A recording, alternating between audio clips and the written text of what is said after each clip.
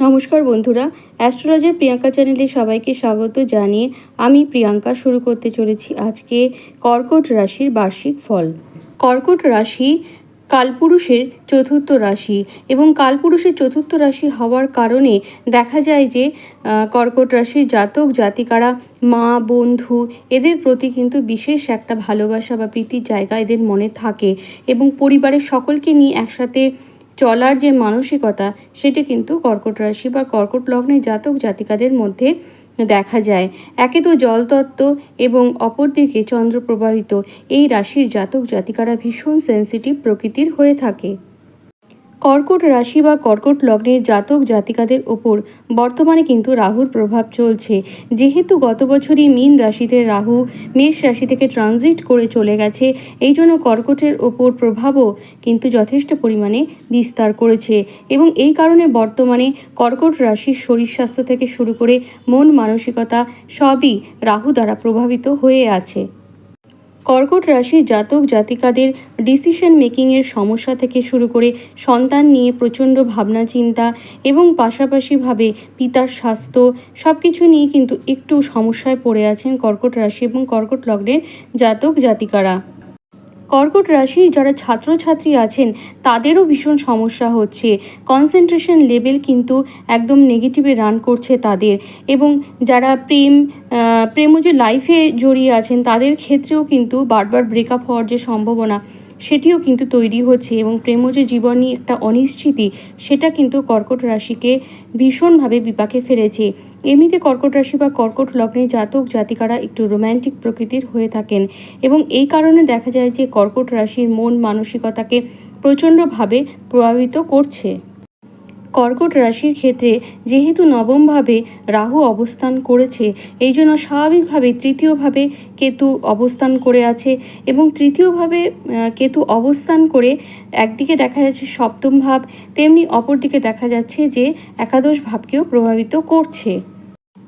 তৃতীয়ভাবে কেতু অবস্থান করার ফলে একদিকে যেমন পাড়া প্রতিবেশীর সাথে একটু সমস্যা, মেলামেশার জায়গাটাতে একটু প্রতিবন্ধকতা আসছে, কমিউনিকেশন গ্যাপ তৈরি হচ্ছে কর্কট রাশি বা কর্কট লগ্নে জাতক জাতিকাদের মধ্যে। তারা আশেপাশের মানুষকে যেটা বোঝাতে চাইছেন তারা কিন্তু সেটা বুঝতে পারছে না, উল্টোটা বুঝছে এবং তাদের মধ্যে কিন্তু অদ্ভুত রকমের একটা ল্যাথার্জি বোধ কাজ করছে। এই সমস্ত কারণে কর্কট একটু বিপর্যস্ত হয়ে আছে। তো সবথেকে যেটি আশার ব্যাপার সেটি হলো এই বৈশাখ মাসেই কিন্তু বৃহস্পতি ট্রানজিট করে অর্থাৎ মেষ রাশি থেকে ট্রানজিট করে চলে যাচ্ছে বৃষ রাশিতে অর্থাৎ কর্কট রাশির একাদশভাবে এবং এই যে ট্রানজিশন, বৃহস্পতি যেহেতু একটি শুভ গ্রহ কর্কট রাশির জন্য একদিকে যেমন ষষ্ঠপতি তেমন একদিকে নবমপতি, সেই জন্য কিন্তু বেশ কিছু ক্ষেত্রে কর্কট রাশি রাহু এ কেতুর যে নেগেটিভিটি সেখান থেকে কিন্তু কিছুটা হলেও মুক্ত হবে। বৃহস্পতি যেহেতু একাদশভাবে যাবে এই জন্য প্রথম কথা যেটা না বললেই নয় সেটি হচ্ছে যেহেতু নবমপতি হয়ে একাদশভাবে যাবে এই জন্য দেখা যাবে যে কর্কট রাশি এবং কর্কট লগ্নের জাতক জাতিকাদের আর্থিক যে স্টেবিলিটি সেটি কিন্তু বাড়তে চলেছে এবং যেহেতু একাদশ ভাবে থেকে পঞ্চম ভাবকে দৃষ্টি দেবে সেই জন্য কিন্তু কর্কট রাশি বা কর্কট লগ্নের রাহুর দ্বারা যে অশুভত্বগুলো তৈরি হচ্ছিল অর্থাৎ সন্তান চিন্তা যে তৈরি হচ্ছিল সন্তানকে নিয়ে সেই জায়গাটা থেকে কিন্তু অনেকটাই মুক্ত হবে। পঞ্চমভাবে রাহু থাকার ফলে একদিকে যেমন সন্তানের শরীর স্বাস্থ্য খারাপ হয় তেমনি সন্তানের সাথে দূরত্ব বৃদ্ধিও কিন্তু হয়। তো বৃহস্পতি আসার ফলে দেখা যাবে যে সন্তানের শরীর স্বাস্থ্যের জায়গাটা অনেকটাই কিওর হবে এবং তার পাশাপাশিভাবে দেখা যাবে যে সন্তানের সাথে যে একটা ডিস্টেন্স তৈরি হয়েছিল সেইটা কিন্তু অনেকটাই কমতে শুরু করবে। সবথেকে বড় কথা যেহেতু পঞ্চমভাবে বৃহস্পতির দৃষ্টি পাবে এই জন্য দেখা যাবে যে তাদের ডিসিশন মেকিংয়ের জায়গাটা কিন্তু অনেক বেটার হবে। বৃহস্পতিকে কিন্তু জ্যোতিষ জগতে ভীষণ একটি ধীর স্থির বিচক্ষণ গ্রহ হিসেবে গণিত করা হয় এবং সে কারণে দেখা যাবে যে কর্কট রাশি এবং কর্কট লগ্নের জাতক জাতিকাদের মধ্যে যে ডিসিশন মেকিংয়ের সমস্যা বা ডিসিশনে ভুল হয়ে যাওয়ার যে পসিবিলিটিটা অনেক বেড়ে গেছিলো সেই জায়গাটা কিন্তু অনেকটা বেটার হতে শুরু করবে। তারা যে কোনো কাজ করার আগে অনেকবার ভাবনা চিন্তা করবেন, দরকার হলে বয়স্ক মানুষদের সাথে পরামর্শ করে তবেই তারা কিন্তু এবার ডিসিশন নেবেন। যে কোনো বাচ্চাটে পঞ্চম ভাব থেকে কিন্তু আমরা সেই জাতক বা জাতিকার ট্যালেন্ট বিচার করে থাকি এবং কর্কট রাশির ক্ষেত্রে দেখা যাচ্ছে যে সেই নবমপতি একাদশে থেকে পঞ্চম ভাবকে দৃষ্টি দিচ্ছে। তার ফলে কিন্তু এটা বলা যায় যে কর্কট রাশি বা কর্কট লগ্নের জাতক জাতিকাদের এবার যে প্রতিভার পূর্ণ প্রকাশ হবে সেটি শুধুমাত্র নয়, তারা প্রতিভার স্বীকৃতি পাবেন এবং সেখান থেকে অর্থ উপার্জনে সমর্থ হবেন। অর্থাৎ এখান থেকে খুব সহজেই বলা যাচ্ছে যে কর্কট রাশি এবং কর্কট লগ্নের জাতক জাতিকারা যারা স্বনির্ভর প্রযুক্তি বা কোনো শৈল্পিক ক্ষেত্রের সাথে যুক্ত আছেন, কোনো আর্টিস্টিক ক্ষেত্রের সাথে যুক্ত আছেন, তারা কিন্তু এবার স্বীকৃতি পেতে চলেছেন এবং তাদের যে অর্থভাগ্য সেটিও কিন্তু অনেক বেটার হতে চলেছে। কন্যা রাশিতে যেহেতু কেতু অবস্থান করছে, এই জন্য কর্কট রাশির দ্বিতীয় ভাব পড়ছে এবং এই কারণে দেখা যাচ্ছে যে কর্কট রাশির জাতক জাতিকারা কিন্তু মানুষের সাথে ঠিকভাবে মেলামেশা করতে পারছেন না। যে সমস্ত জাতক জাতিকাদের প্রফেশনালিভাবে মেলামেশা করার দরকার বা পাবলিক ডিলিং করার দরকার, তাদের কিন্তু একটু সমস্যা হচ্ছিল এবং মানুষের মধ্যে যে মিসকমিউনিকেশন তৈরি হয়ে যাওয়ার এবং তার থেকে কর্কট রাশির মানুষকে ভুল বোঝার যে জায়গাটা সেটিও কিন্তু তৈরি হচ্ছিল, কিন্তু বৃহস্পতি আসার ফলে দেখা যাবে যে এই সমস্যার অনেকটাই সমাধান হবে।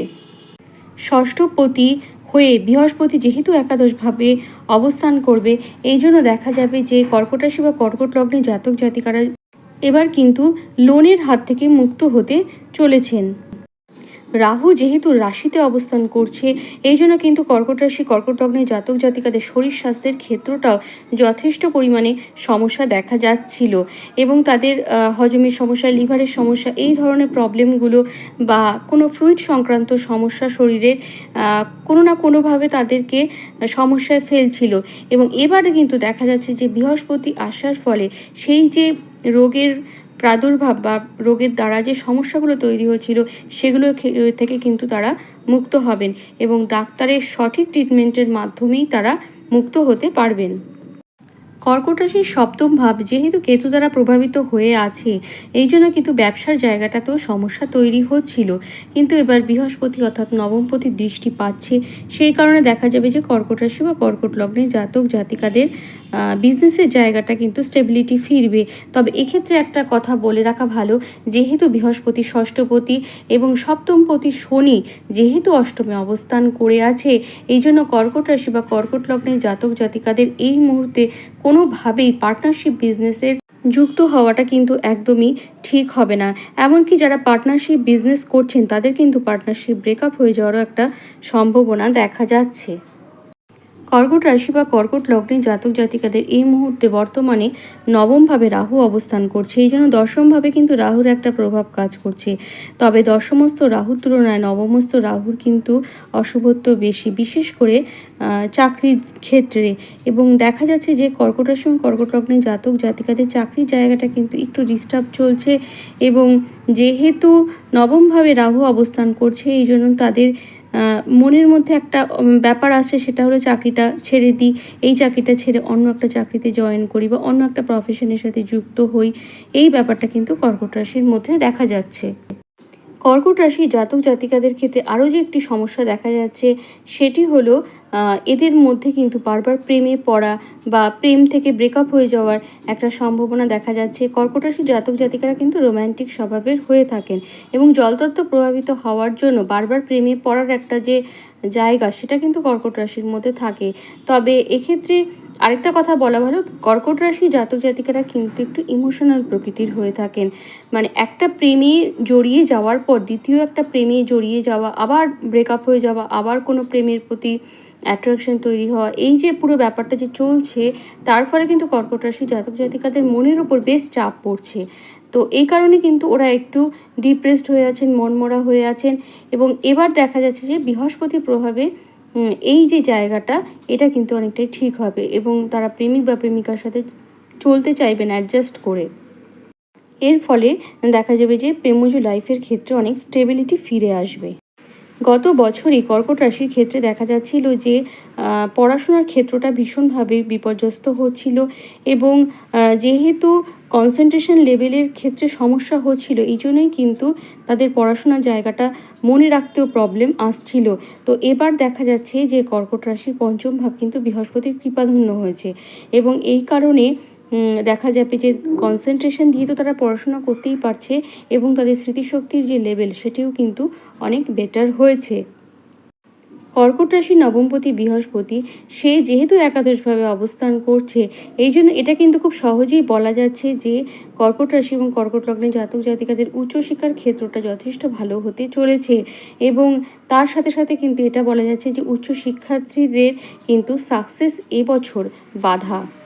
কর্কট রাশি বা কর্কট লগ্নের জাতক জাতিকাদের ক্ষেত্রে দেখা যাচ্ছে যে সপ্তমপতি শনি সেটা কিন্তু অষ্টমস্ত হয়েছে, ফলে এটি খুব সহজেই বলা যায় যে এই কর্কট রাশির জাতক জাতিকাদের যে স্বামী বা স্ত্রী তাদের কিন্তু শরীর স্বাস্থ্যের জায়গাটা ভালো যাবে না। আবার যেহেতু সপ্তম ভাবের উপর কেতুর প্রভাব কাজ করছে, এই জন্য কর্কট রাশি বা কর্কট লগ্নের জাতক জাতিকাদের স্বামী বা স্ত্রীর প্রতি একটা সন্দেহপরায়ণতা কাজ করবে এবং তাদের থেকে যে ব্যবহার পাবে সেটি তাদের মোটেই মনোপুত হবে না।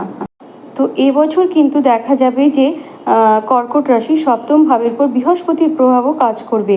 বৃহস্পতির প্রভাব কাজ করার জন্য তারা চেষ্টা করবেন স্বামী বা স্ত্রীর সাথে অ্যাডজাস্ট করে চলার, কিন্তু দেখা যাবে যে তাদের স্বামী বা স্ত্রীর শরীর স্বাস্থ্য কিন্তু মোটেই ভালো যাবে না। তো মোটামুটিভাবে দেখা যাচ্ছে যে কর্কট রাশিকে কিন্তু এবছর রাহু এবং কেতুর দ্বারা একটু ডিস্টার্বড হতে হবে। তো এই জন্য আমি যেটা বলবো যে কেতুর প্রতিকারের জন্য অবশ্যই আপনারা শনিবার দিন কালো কুকুরকে রুটি খাওয়ান, তাতে কিন্তু খুব সুফল মিলবে এবং তার পাশাপাশি যেটা করতে হবে সেটি হলো মহামৃত্যুঞ্জয় মন্ত্র পাঠ করে যেতে হবে।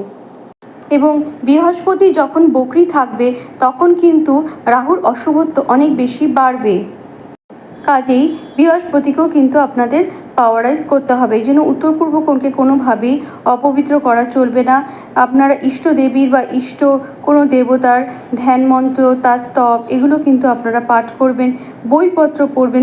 বিশেষ করে আধ্যাত্মিক বই কিন্তু আপনাদের পড়লে পরে বৃহস্পতি কিন্তু যথেষ্ট শুভ হবে এবং তার সাথে সাথে যেটি করতে হবে সেটি হলো প্রত্যেক সোমবার শিবের মাথায় জল ঢালতে হবে এবং চন্দন মাখা বেলপাতা শিবলিঙ্গে দান করতে হবে।